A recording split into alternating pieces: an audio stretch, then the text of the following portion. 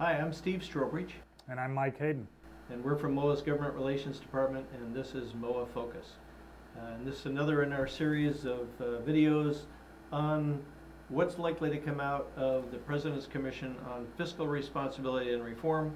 And today we're going to try to focus on an issue on how military retirees specifically might be affected by what's coming out of the Commission. Mike, are we aware that they're looking at anything on military retirement, for example?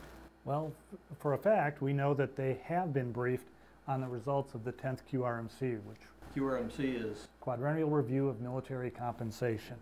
And just 2 years ago, they had provided a recommendation, if you would, to the Department of Defense to revamp the current retirement system, basically for new entrants along with the way. what kind of stuff were they talking about? Well, first of all, they were looking at more of a shift from what is considered now a defined benefit plan to more of a 401k vesting type of program. They were also with that looking at more flexible gate pays or bonuses in which they would attract service members to either extend or actually to separate along the way. That way that they could control exactly who would stay and who would leave. So if you're an assured skill, they'd put more money into your thrift savings program. Correct. And then, of course, the idea is to really take what the defined plan that we have and actually take it from those that have a career and modify it so that those that had less than 10 years of service would or actually less than 20 years of service, would have some type of vesting. And they would get that at the 10 years of service point where they could take their 401k with them after 10 years of service. Now that sounds pretty expensive. I mean, where's this money supposed to come from? As I said, it more than likely is going to come from the career service, because what they would end up doing is delay your retired pay until you reach either age 57 or age 60.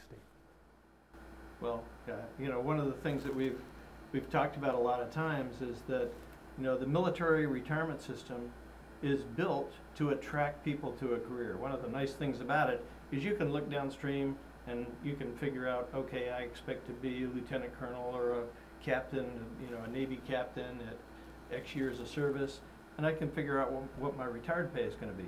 Under this kind of scenario, you don't know anymore, because it may depend on whether you come in during a period when there's low retention and maybe they decide they don't need to put much in the retirement system in order to keep you there.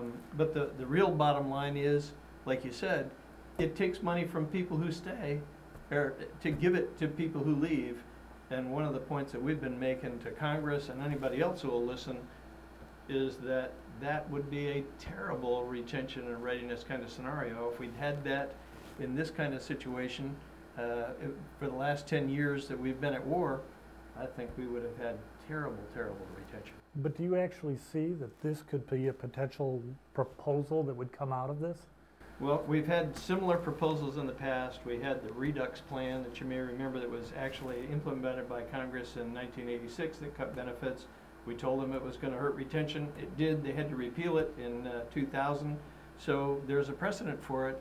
I would be surprised if, I don't think DOD would necessarily support anything like this, but at the very least, I think, and this, like you said, would be, any big change would be for new entrants. But I think one of the things we got to watch out for current retirees is the attacks on cost of living adjustments. That's one of the things where people will have perpetually tried to manipulate the system, and I think that's probably what we're more likely to see than anything else next year. When the budget crunch gets deeper, you may see proposals like this QRMC plan. Right now, I think the main threat is COLAs. So the next one we're going to look at healthcare.